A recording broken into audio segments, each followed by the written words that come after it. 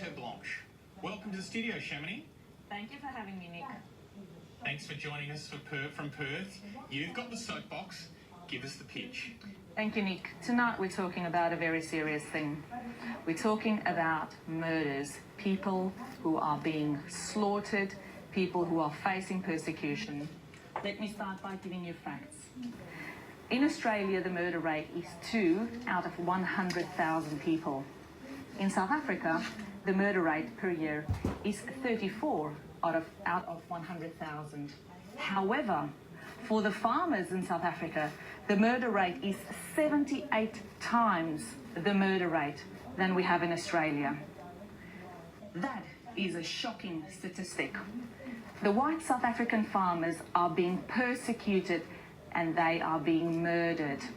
But it's not just the way in that, it's just not just the fact that they are being murdered, but it's also the way in which they are brutally slaughtered. These people are suffering, they are tortured, they are just treated inhumanely to an extent that it is almost impossible to explain to people what happens. And all of this is swept under the carpet in South Africa. You don't hear it on the media, you don't hear these figures, you don't hear these stories. You only hear it from the people directly who are affected, their family members, their neighbours, who use things like Facebook and social media to share the horrible stories that have happened to them. Let me give you an idea of what happens to those people. They get slaughtered on their farms because they are there and their farms are wanted. They don't want the people on the farm. The people go in and they would do things like put boiling water down 2-year-olds' throats while they make their parents watch that. They would chop off the Achilles of the parents' feet so that they cannot run. They would kill the people, they would cut them, they would slash them and make them drown in their own blood while they're watching their children being raped. This is the stuff that's happening in South Africa, and this is what nobody is saying in the media. Nobody tells us about that. It is horrible, horrible, horrible. In the past, Australia have given special visas to countries like the Vietnamese people, absolutely deserved, to the Bosnians, to the Syrians. I wholeheartedly agree that those people have been led into Australia for the right reasons, because they were facing horrible situations in their country. Why should the South Africans who are facing these brutal situations and being persecuted by their own government not also be allowed their safety in a country like Australia? It is time that we listen to what's happening. It is time that we allow those people a chance in life. There are only 2 reasons tonight why you would not be able to agree with me on this. The first one is if you haven't heard what I've actually said right now. And the second one is if you are a racist. I sincerely hope that if you disagree, it's because of the first reason. And for that reason, I invite you to listen to the replays afterwards so that you can get the real stats and the real stories that are happening in South Africa. I am pleading for you to give these people a chance at life, a chance that they deserve. How would you feel if it was your husband, your wife, your daughter, your mother? By the time I finish talking here, another person would have been raped and killed in South Africa. Okay, Chamonix, that is a very powerful pitch you've given there on the argument for Australia having a special immigration intake to allow white South African farmers into Australia. As we always do on this segment, we don't just let the pitcher have it all their way. We bring in our panel of policy and political experts to interrogate the proposition and see if it stacks up. And tonight I'm delighted that we are joined by Georgina Downer from the IPA and Claire March from Hawker Britain. Welcome, ladies. Thank you. Thank you. Claire, I think we'll let you kick off the questioning tonight. Oh, well, look, that was, really hard and horrible to listen to. There's some really powerful stories there, and I mean, it is it's so great that we now have social media globally where we can get stories from the ground that might not be getting out otherwise, that we can expose some of the horrific acts that happen globally. Look, I've just got a bit of an overview and then a question, if you will. So in Australia, we have benefited from bipartisanship on multiculturalism. It is true, as I think it's been described by Chris Bowen when he's looked at this issue in a bit of depth during his experience as a former immigration minister, that multiculturalism in Australia has had some tough years. But what is multiculturalism in the Australian context? It's a little bit different to what we see in other jurisdictions globally, the United States, the UK and Germany. Ours is a very different type of multiculturalism, and it asks for full participation in Australia, and that includes an invitation for citizenship. So that's it also asks for those new Australians that come to our country to learn about and adopt the basic Australian values that underpin our society: democracy, rule of law, freedom of religion, equality in the sexes. Now, that's actually is what makes our system great, but it also makes our system expensive comparative to other jurisdictions. So when you hear of those stories globally of multiculturalism has failed and leaders begin to question the principles of multiculturalism, they're not talking about our version of multiculturalism. They're talking about their version, which is more not about full participation. It's actually about creates a system whereby there's more of a guest worker class or a second-class citizenship, and I think that's important to remember. I do have a question for you, though. On this program a couple of weeks ago, you advocated for a decrease, not an increase, in our migration through refugee programs. And I'd just like to, if we could step out, why the significant turnaround in the course of 2 weeks, given that we are, as you say, dealing with vulnerable people's lives? Yep. Thanks, Claire, for that question. I actually did not advocate for a decrease in the refugee number intake. That was only based on the skilled migration number. So if you go back and you listen to that, you'll find out that I actually said that the number of skilled people need to be looked at because of the skills list that is failing us in Australia. It is important, just for the record, yep. I did go back and watch, and you advocated for the migration to be reduced by the number of refugees who are unemployed in Australia. That was the metric that you used. If you could talk to that, please. I was talking about the number of people that we need to be caring for, and those are the people that are allowed into this country where they would not have, and I didn't say refugees, I was talking about skilled people who come in who are unemployed. So those people who are allowed in come to Australia, they expect to have a job because they came in on a skilled basis, and once they come into Australia, they find that, in fact, this list doesn't work. They don't have a job anymore. So that's exactly the point. It wasn't about refugees at all. Georgina, keen to bring you in the debate.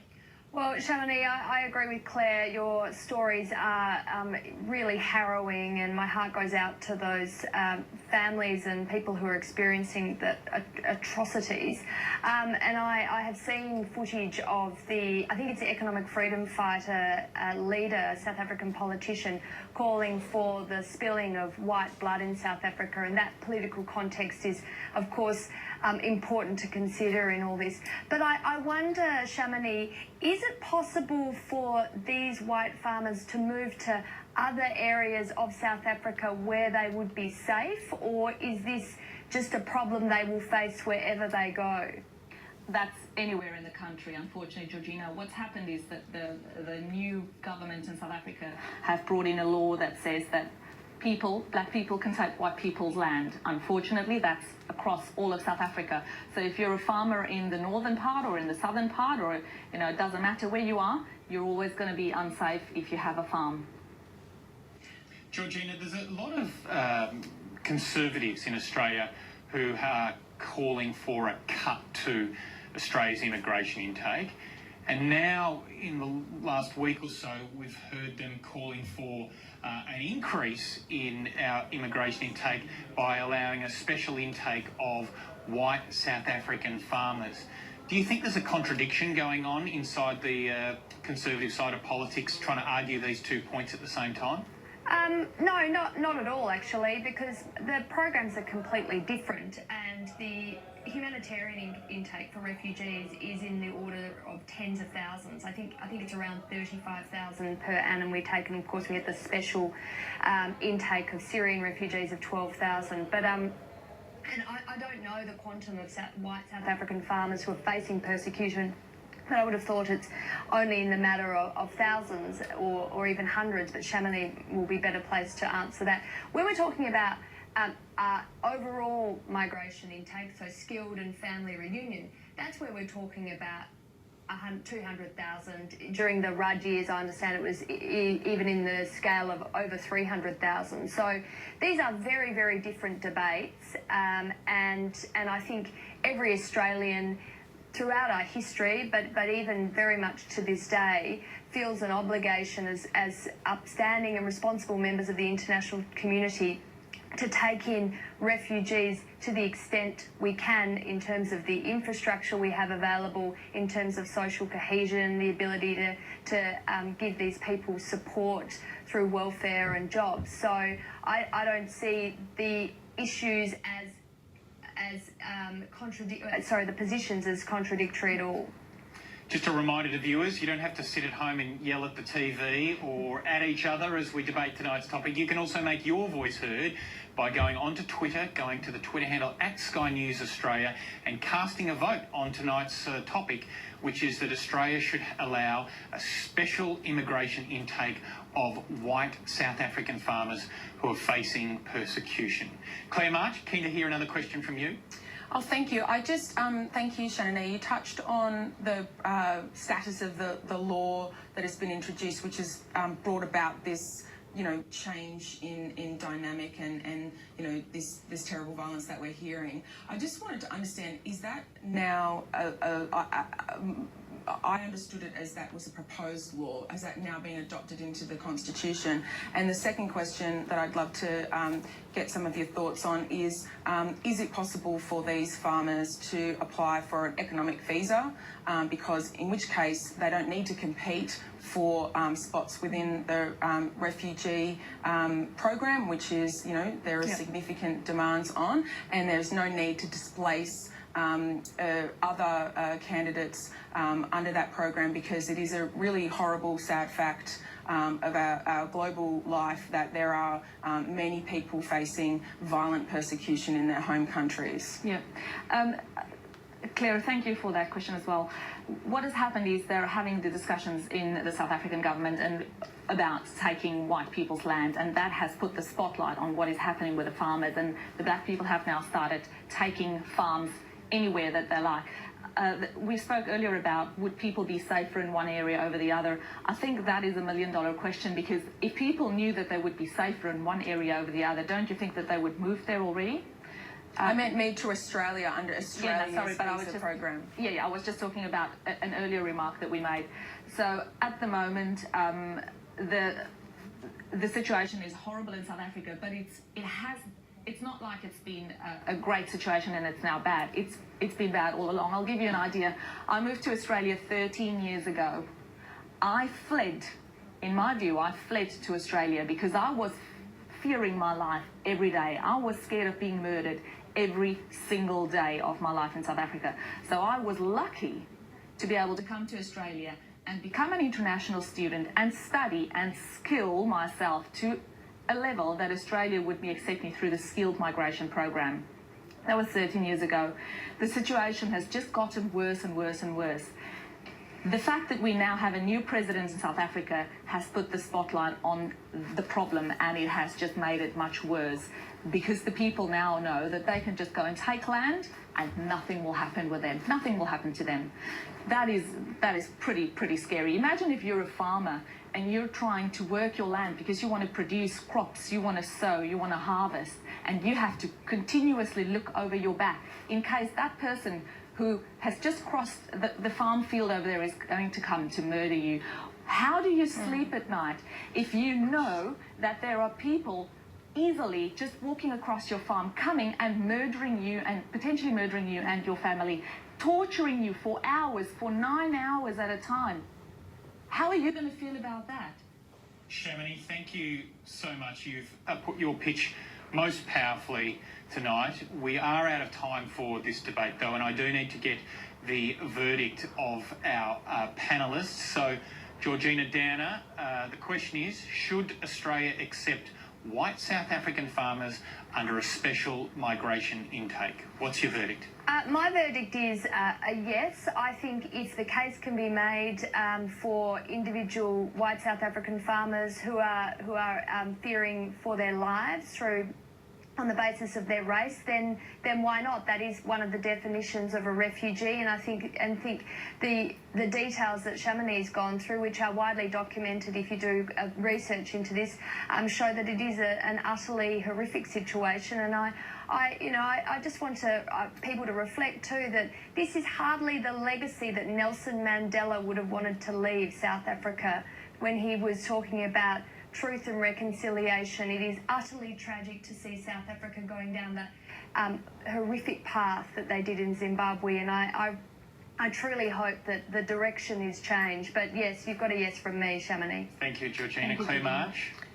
Look, it's not a no, but it's definitely a more work needs to be done here. It is, it would be, those stories are horrific, horrible, but it would be really naive of us all to sort of exclude the fact that this takes place in other war-torn countries, and we have to accept that if for every person that we make a special inclusion for, we exclude another member of the refugee program that might be at more risk and facing more horrific circumstances. So we have a current system, it works well, and if white African farmers can apply for that and it means that they come to this country, well then that's great, but they need to go through the system.